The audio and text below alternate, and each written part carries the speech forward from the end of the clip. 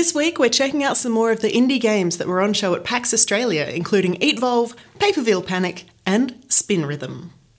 Meanwhile, Angelo spends some proper time with an old favourite as Shadow of the Colossus respawns on PlayStation 4.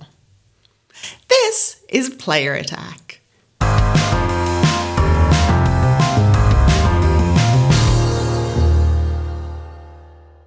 Hi, I'm Jessica Citizen, and this week saw legislation introduced in the US state of Hawaii that plans to crack down on in-game loot boxes.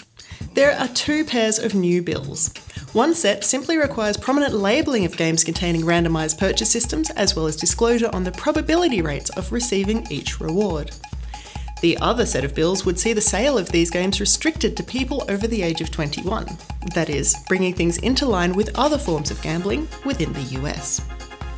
Politician Chris Lee is pushing for these bills to get through and explains that, as a long-time gamer, he's seen the industry evolve from one that seeks to create new things to one that's begun to exploit people, especially children, to maximise profit.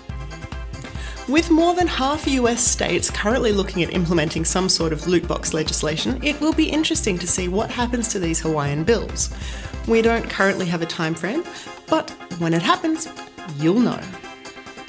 And moving right along, we do have a better look at the remastered version of Shadow of the Colossus a little later in this episode, but just in case there was any question, it is already a rip-roaring success for Sony.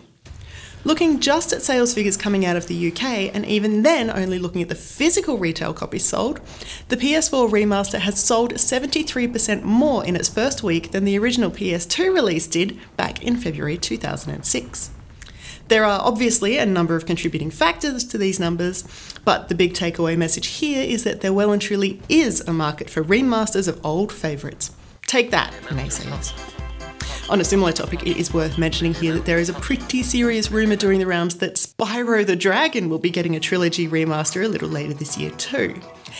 Activision has reportedly taken a lot of notes about the success of last year's Crash Bandicoot release and are hoping that lightning will strike twice. But it's not all good news for fans of vintage games.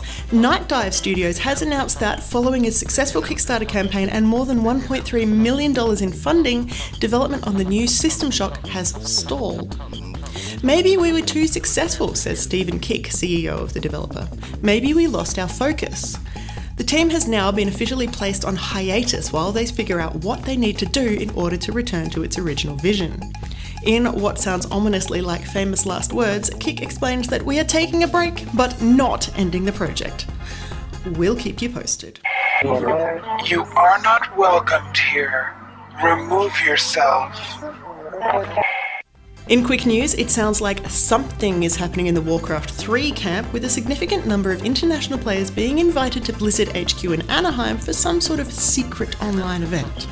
We're told that something will happen at the end of February, and many fingers are crossed for an announcement regarding a Warcraft 3 remaster, the long overdue development of Warcraft 4, or even some sort of a mobile game. Ubisoft is resting a little on its laurels following the announcement that the massive active fan base for Rainbow Six Siege continues to grow, prompting the studio to delay any possible plans for a sequel at this time.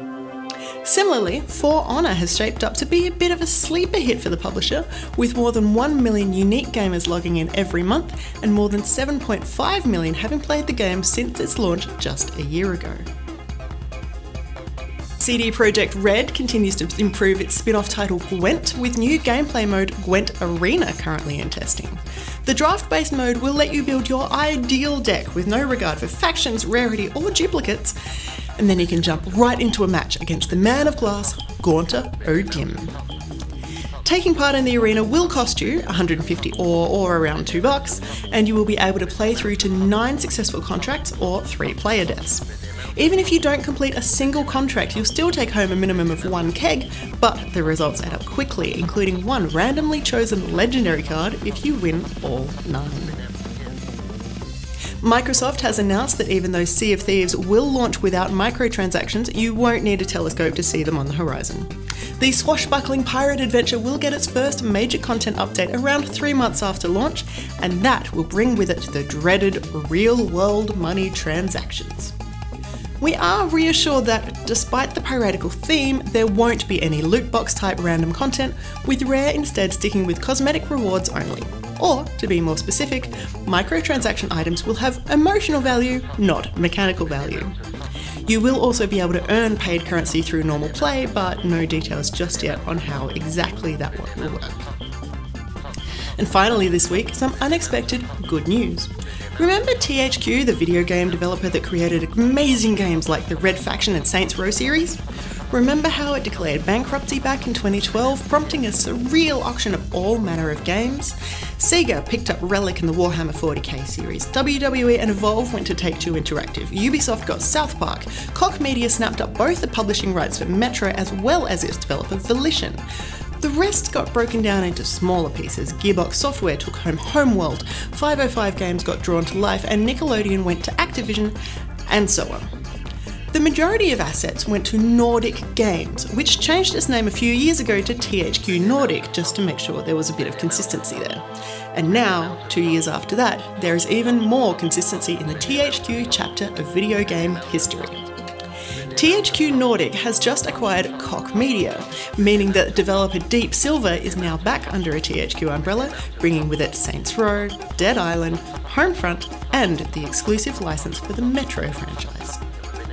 At this stage, there are no public plans for any money-saving measures, significant changes to any brands, or any job cuts. On the surface at least, it looks like THQ Nordic just wanted to get the family back together, and that's a bit nice.